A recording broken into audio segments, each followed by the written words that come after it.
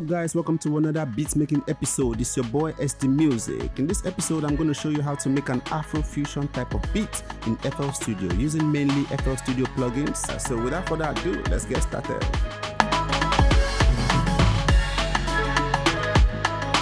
On pattern 1 we have the bass line.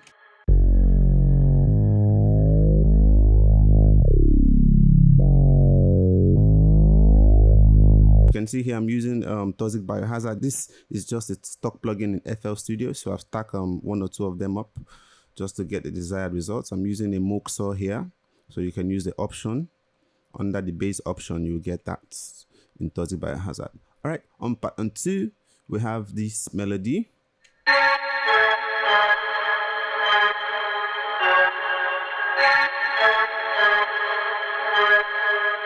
Also, each of the instruments has been sent to the mixer track, and one or two effects has been added to, maybe not all of them, but most of the instruments that needs effects have been affected.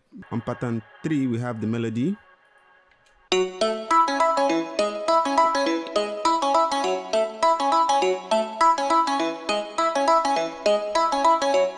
Is the main melody of the beat. On pattern 4, we have this percussion instrument played using FPC.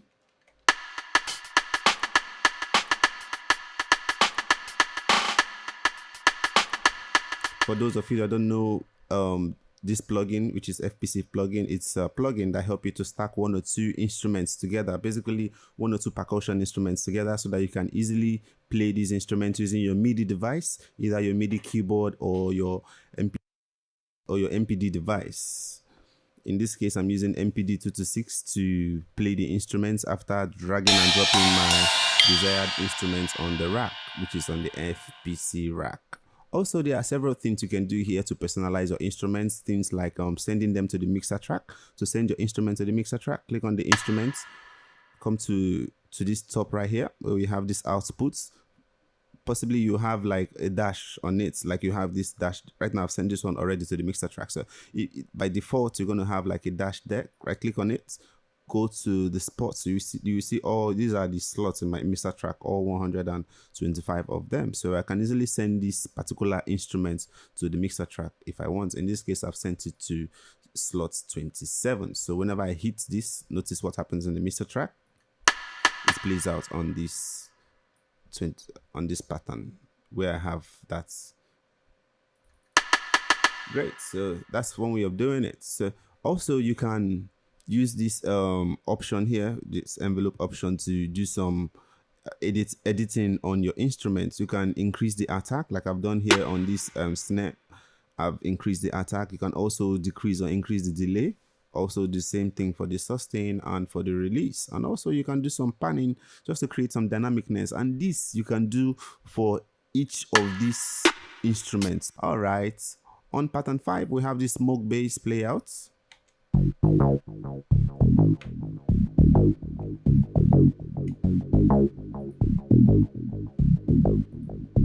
On pattern 6, we have the chord instruments.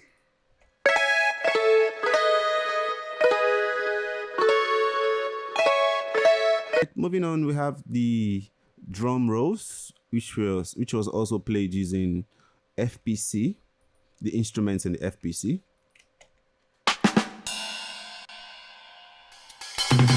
These are used at integral parts of the beats. We're going to hear them in context shortly.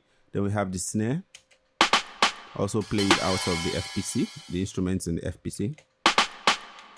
That's great. We have the kick instruments.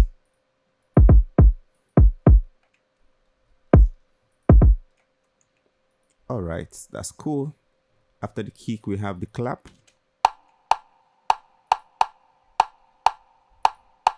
That's great. Also notice that the clap will turn on the loop option. What this does is to help us loop the instruments in the playlist. We have this chicken sound. It's just a sample that we use and we tune it to make it sound like a chicken. This is the original sample. Then to do that, come to the envelope option. Make sure you have all this trimmed down. Turn on the amount of the gate effect. All this, I don't know, it makes it sound weird using this option. Then a little bit of this, a little bit of that, send it to the mixer track, do some EQ on it. Then at the end of the day, we have that. Great. Then after the chicken sound, we have this conga percussion.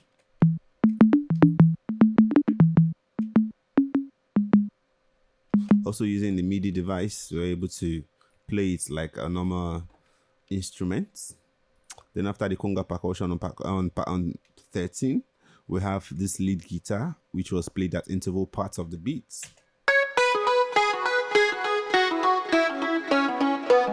All right. Also on pattern 14, we have another variation of the same instrument. That's cool. Then on pattern 15, we have the sine bass, the bass instruments. This was also used at interval time in the beats to bring up the spice. Here we are using Nexus to achieve it. So you come to Nexus, click on the bass in the category, then select the sine bass preset. Also come to the mode option, turn on the legato key, so that whenever the notes are overlapping, you hear a glide effect like this.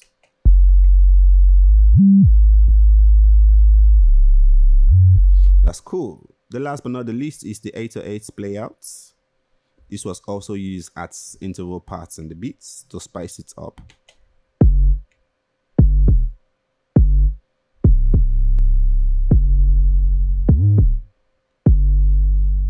Alright, to have total control of your 808, all you need to do is to open it up by clicking on it right here. Come to this option where you have this symbol.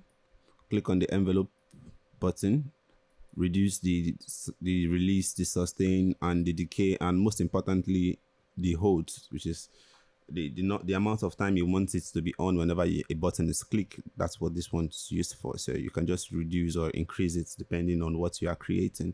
Then once you do that, it will just follow the keyboard. Whenever you hit a key, it plays. Whenever you press, you release the key, it stops. Cool. Now let's move on to the arrangement section and see how it all comes together. Starting from the chorus 2, we're going to start reviewing the beats from the percussion area. Let's go.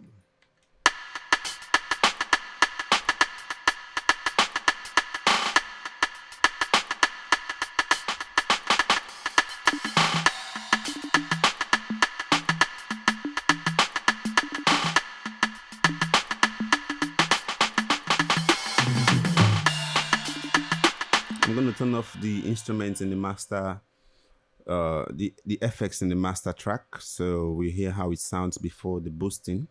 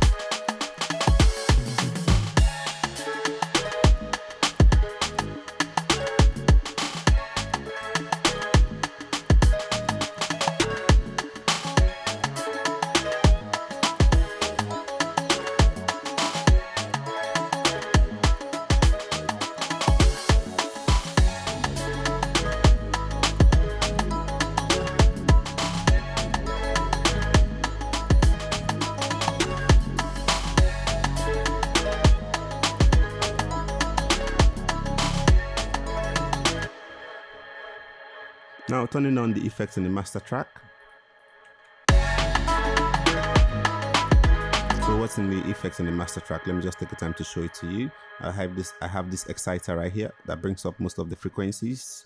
I just decided to use something different this time. I didn't do much. I just used one of the default presets.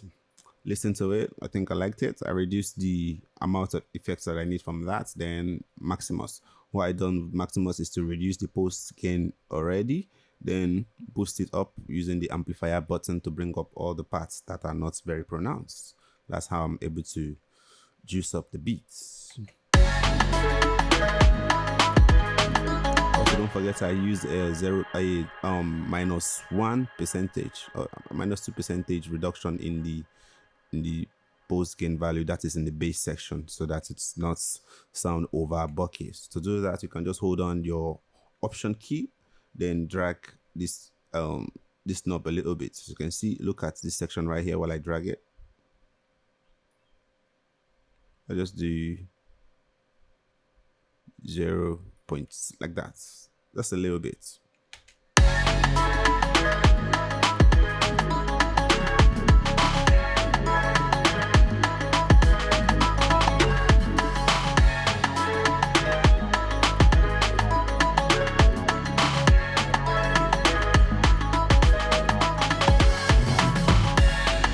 Alright guys, that's one way of doing it. That's one way of creating an Afro-Fusion type of instrumental in FL Studio. Don't forget, if you're new to the channel, click on the subscribe button to catch up on our previous episode, and also give the video a thumbs up, share it to your friends that need it. Till I see you next time, keep practicing, keep learning, and peace.